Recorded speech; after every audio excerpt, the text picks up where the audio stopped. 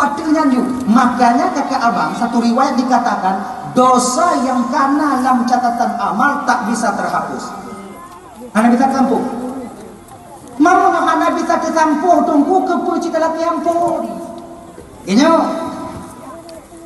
bila kita meminta ampun kepada Allah, kemudian Allah mengampuni dosa tanya, maka catatan dosa yang diampun oleh Allah geduk oleh Allah dari pandangan malaikat di akhirat nanti. Nyoknya makna yang tak melaki kita bilang tumayang wajiburni, doa yang tak baca di ketika duduk di antara dua sujud. Rabbighfirli warhamni wajiburni.